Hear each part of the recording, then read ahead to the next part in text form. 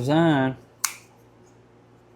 I've been carrying it ever since I bought it. The only thing that I don't like about this knife is good morning, good afternoon, good evening, guys. Whatever time y'all are tuning in, I certainly appreciate y'all to hear. Today's video, guys, we're just going to take this over there to the workbench and see if we can't tighten this thing up. It's got a broken blade. I'm contemplating on sending it back to Leatherman, but I have the wrenches here. I actually went over there in my live last night, but we're going to test these out and just try to tighten these things up. And I'm also going to show you what I'm going to carry today to meet someone to open 25 pounds of TSA knives. This video will be out tomorrow. But today, I don't have a whole lot of time. But we're going to open this thing today. It come all the way from California. So I cannot wait to see what's in this box. But from the photos, guys, there was a bunch of USA made knives. And some of them were cased. So I can't wait to get in that today. I'm meeting someone over there. And we're going to open the box and go through each knife. So I can't wait. Anyway, guys, I'm going to show you what I'm carrying today. And we're going to investigate this thing here. I actually used it yesterday. I picked these up at a pawn shop for $10 down in Chipley, Florida. It does have a broken blade. I could reprofile this main blade here, but you see how tight this is here. You can't hardly open it up. They got that too tight. And this one here is a little bit loose here. I think it's one of them. I don't know. But we're going to check all the nuts and see if they're tight or not. This is a 94, April of 94. It's got the date in there, and I'll show y'all that too. Anyway, guys, let's get over here on the bench. And I just want to thank each and every one of y'all for tuning in today. And I hope you enjoy the video. Okay, guys, there's that date. That's on the inside, 0494, April of 94. That's where it is on the inside of the blade cavity right there, blade chamber. Okay, guys, here is the wrenches I'm going to be using. It's a multi-tool disassembly wrenches made in USA.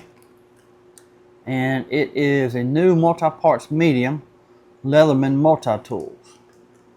But I got this off of Amazon. The link will be down in the video description. But we're going to test these things out. You see, this is a 94, and these blades here are very hard to raise up and down here. So what we're going to try to do is loosen this up.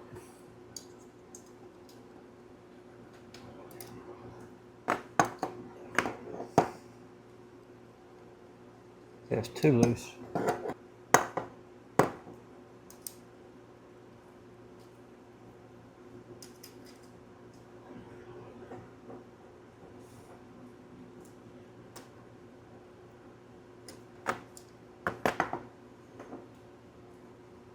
Better. Still a little bit too loose.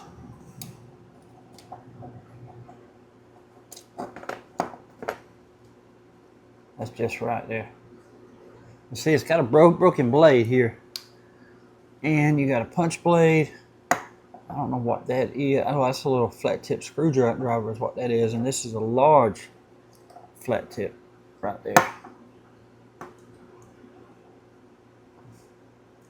Probably needs to be oiled some.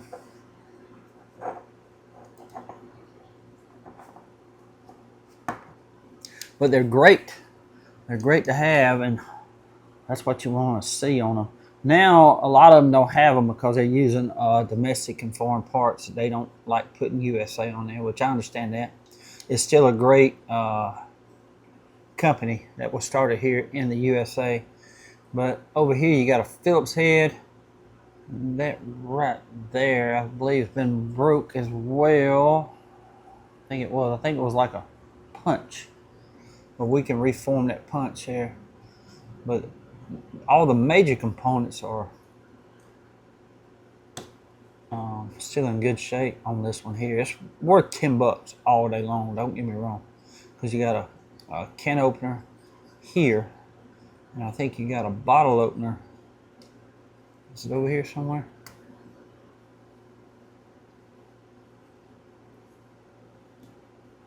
Huh. That might be can be used as a bottle opener as well. But I think that's more of a can opener, see? Anyway, it's worth $10, but see how loose hand it is there? You can actually move these little nuts here.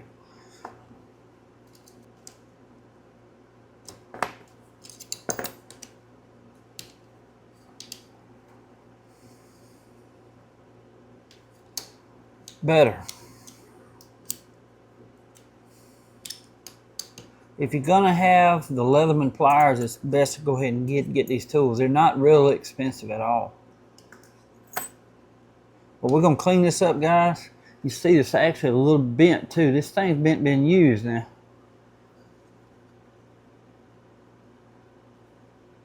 It's been used.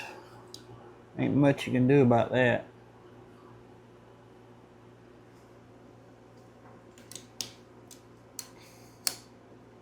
They're great to have. I have a couple of sets out there in my truck now. Anyway, guys, that is the wrenches that you can buy for the Leatherman multi-tool. Anyway, what I'm carrying today is the Emerson A100. This has a 154 cm steel, rich light handles. It almost looks like camo. That's a Emerson lanyard with their logo skull. It's got a titanium lock. It's got a custom Emerson pocket clip as well. I love it. It's got the little thumb button there. And this thing is a little Mighty Mouse. You see how thick that blade is. I love it. It's a great knife. I use it all the time. And then, guys, what I'm carrying in a Skulls and Hides slip. I love the way it patinas up. That is the blue, the metallic blue. That leather comes from Italy, I believe. But look at there how that shines up in your pocket as well. But this is the Benchmade proper right here. It has S90V steel, and it's carbon fiber. It's got brass liners. It's got a lanyard hole. I love it. I put me one back there.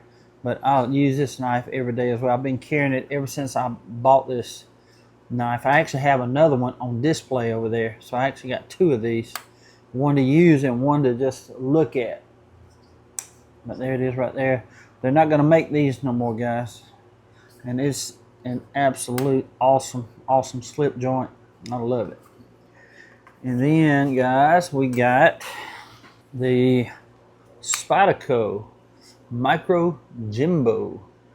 This has magnet cut steel. This is the salt version. So it's got G10 handles, and it has a compression lock. But I love this knife. I'm carrying it today. But this is a great knife design. I've been carrying it ever since I bought it. The only thing that I don't like about this knife is the pocket clip. I don't like the wire because it's so strong. It will tear up your shorts. It will tear up your jeans. So I'm going to look into replacing that, but I don't know if you can or not. But you can reverse it. But that these wire pocket clips on Spydercos are so strong. You about have to snatch your pocket off to get them off. And I don't like that. So I carry this in my pocket, and I might just be putting it like in a slip with where they don't have a lanyard hole. But I like the design, but I don't like the pocket clip. Anyway, it's a great knife though, but I'm carrying it. I'm carrying it as a just right down in my pocket. I'm not wearing it up on there. I just love the look. I love the action. It's a great knife. And what else, guys? Oh yeah, I'm carrying as a side draw my Sidebuster Jr. that I got from HT's EDC, Mr. Harold Terry. we did a little trade. I sent him a Victorinox with actually Terry on the blade, and he sent me this, or he actually gave it to me when we was at the Wiggins Knife Show, and I actually cut that rear pin and put a bell in there, and I put me a lanyard back there. Absolutely love this thing. This is the original one, guys, that I put that bell on. It turned out good, real good. There it is. But that's my carry for today, guys. It's just a quick little video.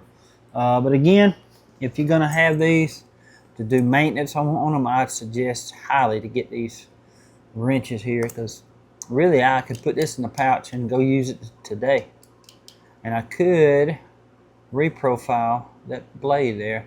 But see, the only thing about if you try to give it the custom look and come up and make that the tip, you can't do it. Well, you could do it, but you see how thick that blade is. You really need to come down back to where it's thin. You have to actually make it like almost like a sheepfoot blade, and I might be doing that. Come from that angle and cut all that off and make it look like that there. So be on the lookout for that. It might not look that bad, you know. Come right behind that nail nick and come straight down to that point right there.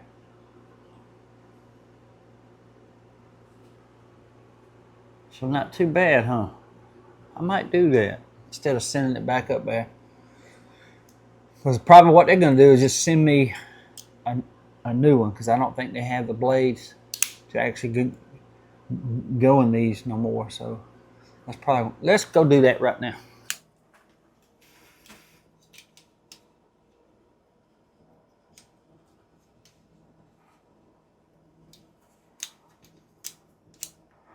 So we're gonna make this a sheepfoot blade right here.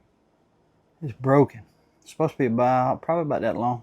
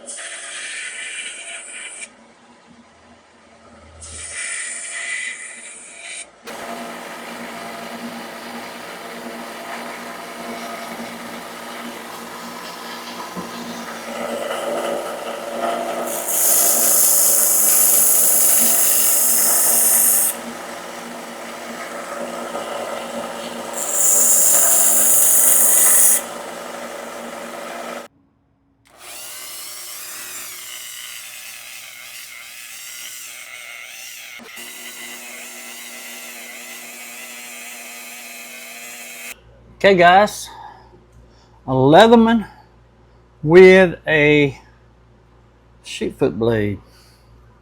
It looks good too. Y'all let me know what y'all think on that right there now. Don't that look good? And it'll work really good as a utility blade too. You can really get up in that corner if you need to cut something. I love a sheepfoot blade. I think it's better than me sending it back to Leatherman. And these blades don't lock, guys. They're just slip joints. They're not intended to lock, but they do have a I shouldn't say a detent. Well, I guess you could, but it's got a little indentation in the back of the blade to help it stay kind of in place unless you really force it down. See there? It has to actually bend that piece up. See that right there? To actually break the detent, if you want to call it that. But I believe that's right. But it's just a great knife, or a great tool to have. and I think I got a sheath for it. I'm gonna be looking for it. But again, I only paid $10 for this at the Chipley Pawn Shop. They wanted 19 bucks. I offered 10, and they accepted it because I told them it's got a broke blade, and they knew they wouldn't get much more for that. But it's worth 10 bucks all day long.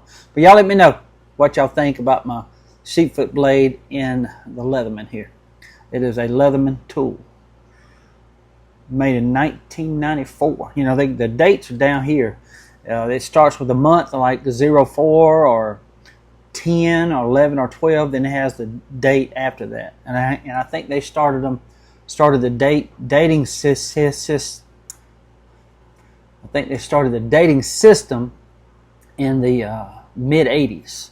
I don't forgot what day. I think it was 86 they started that, or 84. I can't remember, but it was soon after they actually started selling these things. Anyway, guys, that's the Leatherman tool with a sheepfoot blade. Pretty cool, ain't it? Well, guys, thank y'all so much for tuning in today, and I really hope y'all enjoyed the video. And I'm fixing to go over there and open this 25 pounds of knives with a very special person. Anyway, guys, thank y'all so much for tuning in today. I want to say God bless to each and every one of y'all. Until we meet again, guys, y'all be like a good knife. Stay sharp.